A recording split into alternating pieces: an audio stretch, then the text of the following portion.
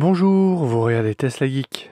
Les voitures électriques ont le vent en poupe en France, je le constate tous les jours sur les routes comme sur le parking de mon travail. Et avec un prix du carburant qui se rapproche à nouveau petit à petit des 2 € le litre, nul doute que cet engouement ne va pas en rester là.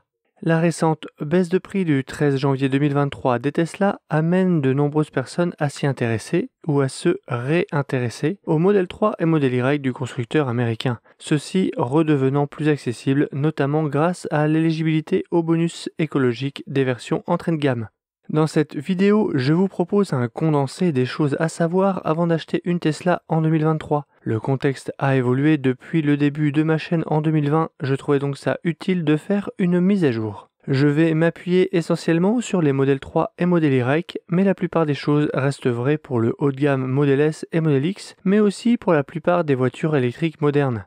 Ce contenu vise en particulier les hésitants ou débutants de la voiture électrique afin de vous familiariser avec ce nouvel univers. J'espère donc qu'il répondra à leurs attentes. Pour éviter de faire une vidéo trop longue et indigeste, je vais la découper en plusieurs vidéos et donc faire une petite série. Après une présentation rapide de la gamme Tesla 2023, on verra comment choisir entre une Model 3 et un Model Y, comment choisir entre les différentes versions, on parlera autonomie, planification, entretien, garantie, batterie et avantages des Tesla, et on verra si c'est le bon moment pour acheter. Dans les prochaines vidéos, on abordera les principales notions de l'électrique, on parlera de la recharge au quotidien, des longs trajets, et j'essaierai d'apporter des réponses aux principales inquiétudes de ceux qui commencent à s'intéresser à la voiture électrique. Un beau programme. Si le contenu vous plaît, n'hésitez pas à vous abonner pour ne pas rater mes prochaines vidéos. C'est gratuit et ça aide la chaîne à gagner en visibilité. Réglez votre siège, bouclez votre ceinture, ça commence juste après le jingle.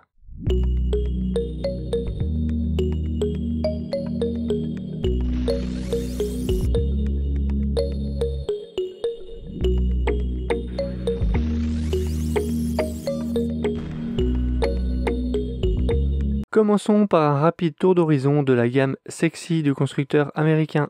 La Model S est la berline haut de gamme disponible en deux versions. Une première de base, anciennement appelée grande autonomie, avec une transmission intégrale à deux moteurs. Un à l'avant et un autre à l'arrière. Et une version plaid aux performances radicales, avec 3 moteurs, 2 à l'arrière et 1 à l'avant. Plus de 1000 chevaux qui permettent de faire le 0 à 100 en 2,1 secondes. Une fusée à plus de 100 000 €. Sur base de cette berline, Tesla a développé un SUV haut de gamme, le Model X, reconnaissable grâce à son gabarit et à ses portes Falcon. Disponible en deux versions, une première de base déclinée en 3 configurations, 5, 6 et 7 places, et une version plaid disponible en 6 places uniquement. Elle aussi plus radicale, à l'image de la Model S plaid. Du fait de son poids et de son gabarit, le Model X consomme plus que son équivalent berline, et son autonomie en est donc un peu réduite. Ensuite, Tesla a mis sur le marché la Model 3, une berline familiale à coffre, très efficiente, avec les meilleures autonomies du marché. La Model 3 est déclinée en 3 versions. Une version propulsion éligible au bonus écologique avec une batterie de 60 kWh chimie LFP, lithium fer phosphate. Il s'agit d'une chimie très robuste qui a l'avantage de pouvoir être rechargée à 100% en usage quotidien sans risque d'accélérer sa dégradation naturelle. Une version grande autonomie avec une batterie de 79 kWh et 2 moteurs, un à l'avant, un à l'arrière. Et une version performance plus puissante que la grande autonomie et munie d'équipements extérieurs lui donnant un look plus sportif et en particulier de très belles jantes 20 pouces Uber Turbine. Comme vous le voyez dans ce tableau, chaque version a des performances différentes en Vmax, autonomie et accélération. Disponible en 5 couleurs, blanc nacré et noir uni de série, gris nu métallisé, bleu métallisé et rouge multicouche en option. Disponible en 2 couleurs d'intérieur, noir ou noir et blanc. Version propulsion et grande autonomie sont disponibles en jantes 18 pouces de série ou 19 pouces en option. La taille des jantes a une incidence sur la conso et donc sur l'autonomie. L'option attelage est réservée aux versions propulsion et grande autonomie. Et pour pouvoir tracter légalement, il faut avoir pris l'option à la commande. À l'intérieur, on retrouve un grand écran 15 pouces qui concentre la plupart des commandes du véhicule. Ce qui ne se contrôle pas à l'écran se contrôle via les deux commodos de part et d'autre du volant ou via les deux molettes sur le volant. Plus récemment, Tesla a mis sur le marché le Model Y, le SUV familial sur base de Model 3. Il en reprend les codes esthétiques, mais en plus haut et un poil plus grand. On y gagne en position de conduite et en habitabilité, mais surtout on gagne un haillon et chaque coffre est plus grand. Le modèle Y est décliné dans les mêmes 3 versions que la modèle 3, propulsion, grande autonomie et performance. La version performance bénéficie des mêmes impadis esthétiques sportifs et des jantes Uber Turbine de 21 pouces cette fois-ci. Sur la propulsion et la grande autonomie, on a le choix entre les jantes 19 pouces de série ou 20 pouces en option. De la même manière, la taille des jantes influe sur l'autonomie. Et conséquence de son gabarit et de son poids supplémentaire, chaque version du Y perd un peu d'autonomie et d'accélération par rapport à son équivalent modèle 3. Par contre, il peut tracter 1600 kg. L'option attelage peut être ajoutée après livraison et la version performance du Y peut recevoir l'option attelage. Le modèle Y existe en version 7 places mais uniquement en Amérique du Nord, pas encore en Europe. Au niveau des peintures, Y grande autonomie et performance bénéficie d'un gris Quicksilver et d'un rouge cerise spécifique qui remplace le gris nuit et le rouge multicouche. Tesla présente ces 2 couleurs exclusives comme le fruit d'une technicité rendue possible par l'atelier de peinture de la Giga Berlin, l'un des plus avancés du monde. Comment choisir entre une modèle 3 et un modèle Y? La réponse à cette question dépendra grandement de vos besoins actuels et futurs. Si vous avez besoin d'espace, transporter régulièrement des objets volumineux, que vous avez un chien, avez un problème de garde au sol, en gros que vous avez peur de frotter à un endroit précis de votre quotidien, ou que vous voulez monter dans votre véhicule plutôt que descendre, le modèle Y sera un vrai plus pour vous, voire même incontournable. Si l'efficience est importante pour vous, que vous aimez les berlines et leurs lignes effilées, ou que vous voulez un véhicule plus vif, la modèle 3 collera davantage à vos besoins à version équivalente. Une modèle 3 consommera entre 10 et 15% de moins que son équivalent modèle Y. Comment choisir entre les versions? Les versions performance ne s'adressent pas uniquement à ceux désirant faire du circuit, mais surtout à ceux qui veulent la meilleure accélération et le meilleur freinage. Car les boutiques d'accessoires et detailers permettent d'appliquer le look des versions performance aux autres versions. Les versions propulsion en tant qu'entrée de gamme sont les plus accessibles et représentent la grande majorité des ventes en France. Mais le prix n'est pas le seul argument. Leur puissance leur confère une belle accélération et de bonnes reprises, meilleures que la plupart des thermiques. Leur autonomie, certes moins importante que les autres versions, couvre les besoins quotidiens de la plupart des Français. C'est donc souvent un choix sans compromis. Les versions grande autonomie sont le meilleur compromis entre autonomie et puissance. Elles s'adressent à ceux qui font vraiment beaucoup de kilomètres. Trop pour une propulsion, à ceux qui ont peur de manquer d'autonomie alors que dans les faits, une propulsion suffirait, et à ceux qui veulent des performances sans pour autant avoir le budget d'une performance, ou vouloir rouler en 20 pouces. Quels sont les avantages de Tesla par rapport aux autres voitures électriques? Tesla est parti d'une feuille blanche pour créer ces modèles. Ils sont donc pensés de A à Z pour l'électrique. Là où, au contraire, les autres constructeurs partent souvent d'une base thermique et la modifient pour l'électrifier. Certains comme BMW ont d'ailleurs des modèles disponibles sous toutes les motorisations. C'est la raison pour laquelle on se retrouve avec des véhicules électriques qui ont un tunnel de transmission sur la place centrale de la banquette arrière. Et avec Tesla, ça va même au-delà de la voiture. Tesla construit aussi la machine qui fabrique la machine. Tesla conçoit ses propres usines et peut donc concevoir des voitures sans contrainte de comment ils vont faire pour les produire, car ils sauront créer l'usine qui répondra à leurs besoins, là où les autres constructeurs doivent pouvoir fabriquer leur auto avec leurs usines existantes. Ces avantages permettent aux constructeurs américains de profiter de l'absence de moteur sous le capot pour y mettre un coffre, aussi appelé frunk, contraction anglo-saxonne de front et de trunk, littéralement coffre avant. L'absence de réservoir d'essence permet d'avoir un sous-coffre sous le coffre arrière.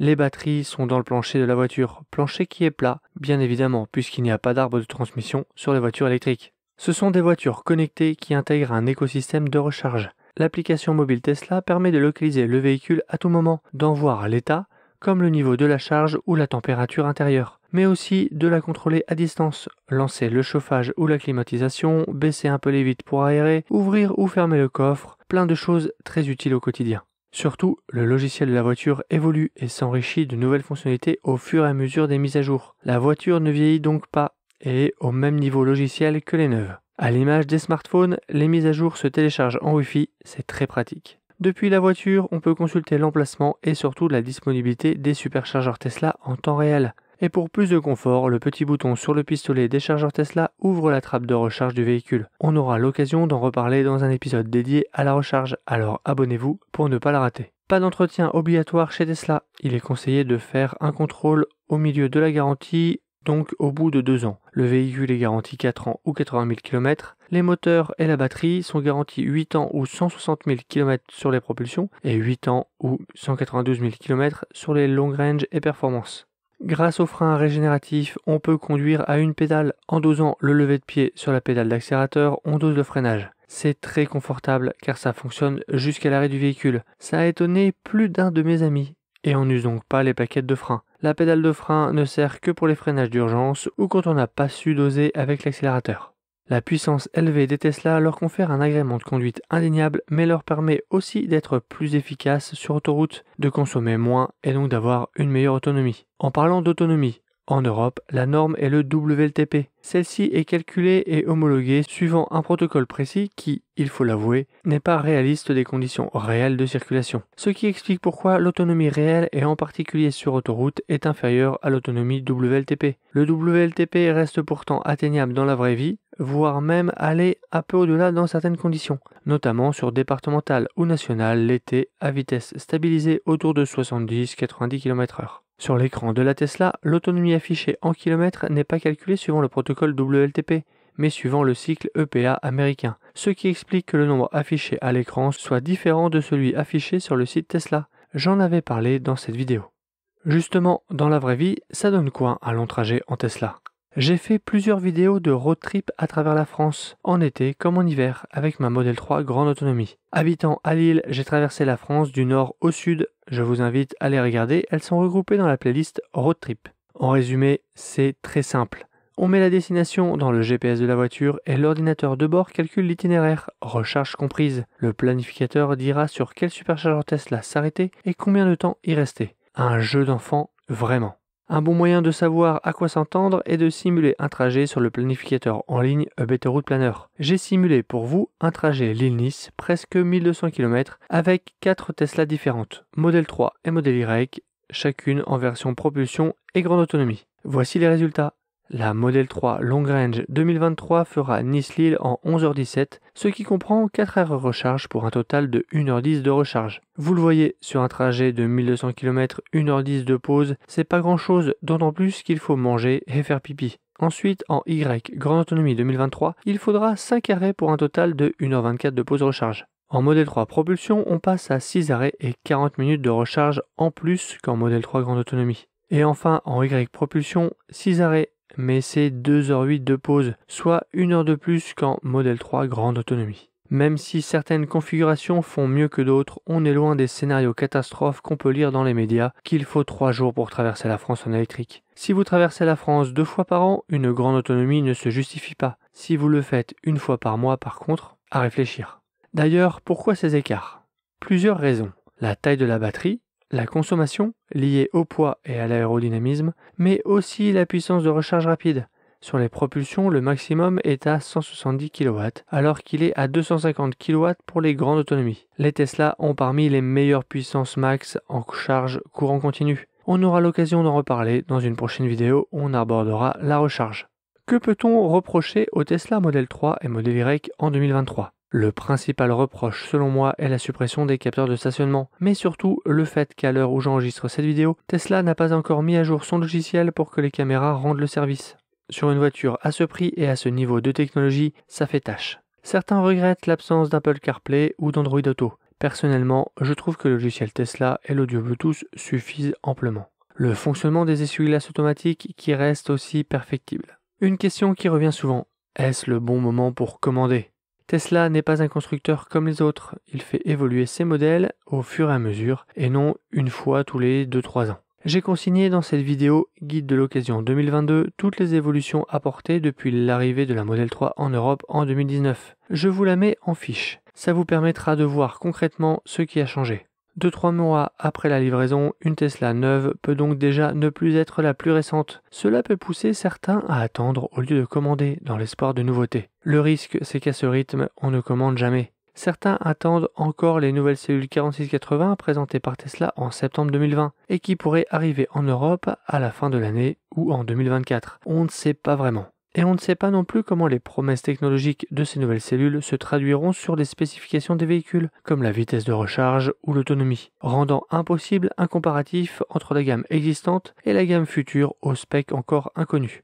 Concernant les tarifs, avec la forte baisse des prix de janvier 2023, ils sont à leur niveau le plus bas. Ceux-ci remonteront dès que le carnet de commandes sera plein et pourraient être amenés à baisser de nouveau si les coûts de production le permettent, grâce notamment à des simplifications espérées pour la fin d'année. Une fois ces éléments posés, essayons de répondre à la question. Est-ce le bon moment pour passer à l'électrique?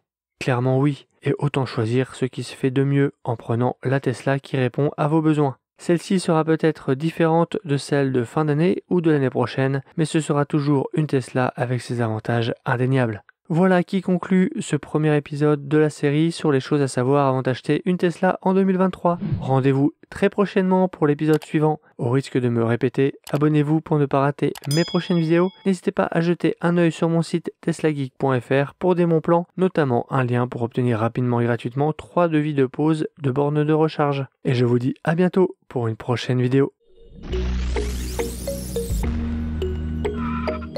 Si tu as aimé cette vidéo ou que tu veux soutenir la chaîne, mets un like. Tu peux t'abonner pour recevoir les notifications de mes prochaines vidéos et aider la chaîne à être mieux référencée.